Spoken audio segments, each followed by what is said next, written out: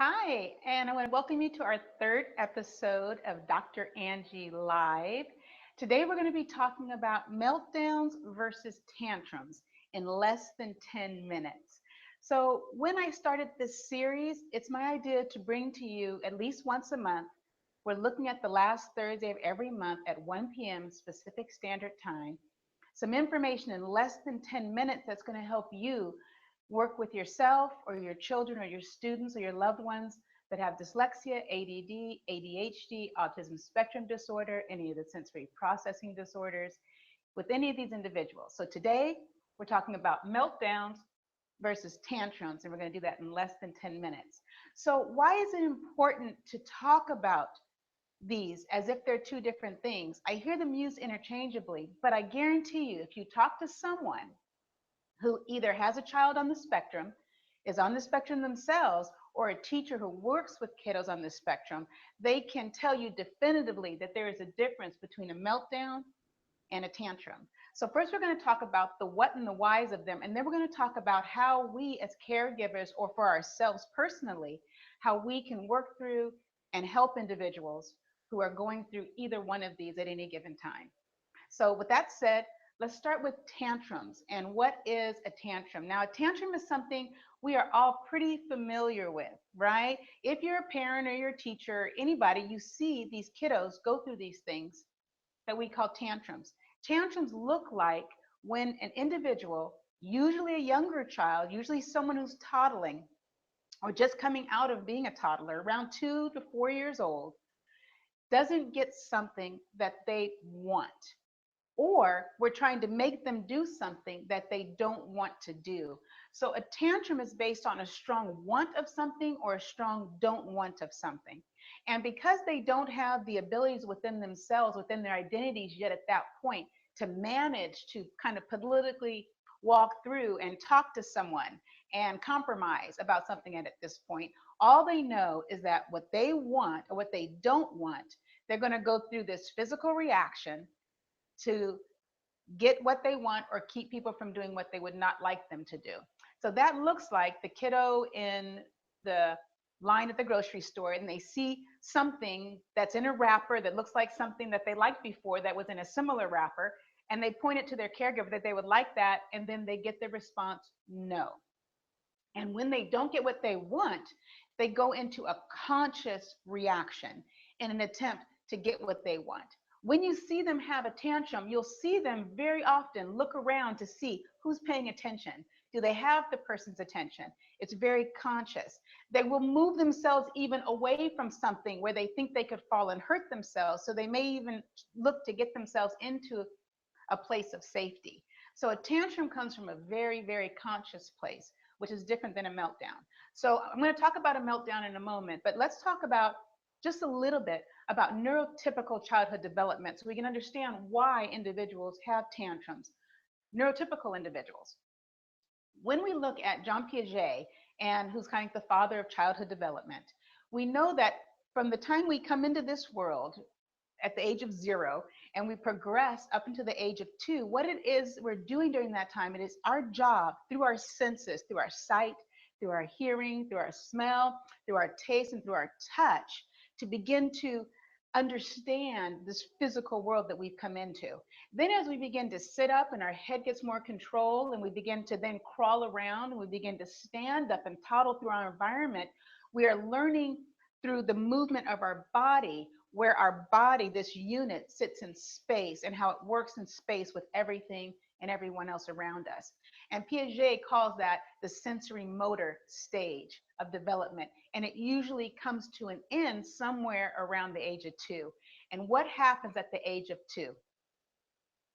The terrible twos. And the terrible twos, what are characteristic of the terrible twos? Tantrums. So what happens when we hit around the age of 2 and we realize that we are in this physical world, we also realize that we are a separate unit, separate from everything and everyone around us. That is our job in the first 2 years of life, to realize that I am an Angie. separate from everybody else. And as I know that I'm a separate unit now from everything and everyone else around me, I begin to build my own identity based on what I like and what I don't like, what I want and what I don't want. And when my needs are not met with what I would like, I throw a tantrum because I don't have any other types of social skills at that point to negotiate what I want. So it is the caregiver's job at this point to help them create those skills within themselves to negotiate environment their wants and don't want. And we'll get into that and how to handle a tantrum after that. So this comes from a very conscious place, right? From more their thought and their physical part of their existence. A meltdown, very different. A meltdown is not from a conscious place at all. I don't want to say it's from the subconscious because I'm not sure about that, but it's from a non-conscious place. It is from that other part that is part of us as human beings. We all know that we're this physical being. We're also a thought being. We all are having thoughts constantly, either in pictures or in sounds in our minds. But there's also a part that we come here with, and that is our urge as human beings to survive.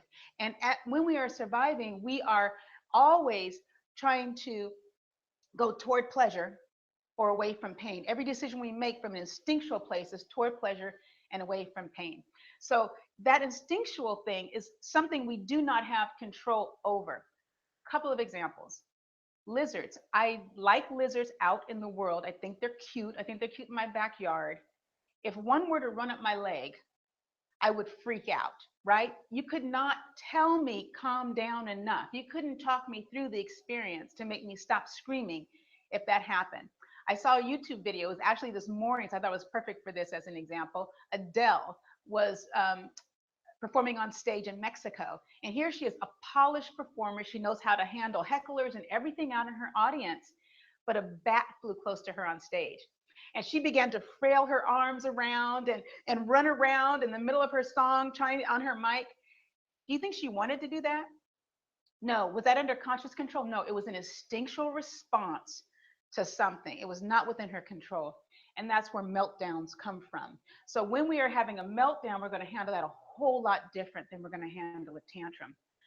A meltdown is when we're handling this, because it comes from a place of almost neurological overwhelm of the system, we are going to help to support and protect them, remove them from any harm they could issue upon themselves or on others, and support them and calm them through this. If you're a parent or a guardian or a teacher of a kiddo, you probably know what calms them. If they have their little lovey that they love to be with and that calms them, remove them from whatever the stimulus was, we need to react very quickly. You cannot talk them through or rationalize them through it. You also don't get to rationalize why the lizard triggered them, or why the bright light triggered them, or the wrong macaroni and cheese, or the texture of the tag on their skin, or the sound, or someone's voice, any of that, because their triggers are specific to them. And we don't need to understand why a certain thing is a trigger. So we're going to remove them from that. Also, when individuals are having meltdowns, very often there is kind of a pre-meltdown, something that's particular to that individual. Almost like people who have migraines and they get an aura before that migraine, they may start to see lights or something like that beforehand. We see something similar with meltdowns, and it's going to be particular to the individual. So maybe if you start to see them pacing, or you start to see their speech starting to get higher, or they tend to go into one of their self-stimulating behaviors, you know that one of these is coming on. In that moment, begin to support and protect and remove them from that stimulus. A tantrum, completely different. Please, people, discipline a tantrum. That can look as one of two things. Either it is trying to talk to them and reason with them and let them know that if this behavior does not stop, there will be a consequence. Or more, if they're very young, they're 2 or 3, just ignore the behavior. Stop what you're doing, ignore the behavior, and don't reinforce it. Whatever you do, people, do not give into a tantrum, because what you're doing is reinforcing a behavior. Now, tantrums don't just happen at 2 and 3. You maybe have 14-year-olds that are having tantrums. That's because when they began with this process, someone is reinforcing the behavior, right? So no matter how old they are, it may be a little bit more difficult. If they're older, stop reinforcing negative behavior. Begin to reinforce positive behavior. So I'm pretty good. We're under the 10 minutes. That's the difference between a meltdown and a tantrum. Comment below. You can also see down here, it says Dr. Angie's Place. You can go over there, get lots more information. Also, find Dr. Angie's Place on Facebook, like our page. It just helps us to get more information out there. So until next time, I'm in so much gratitude for you guys listening, allowing me to share and work in my passion. So until next time, keep it simple.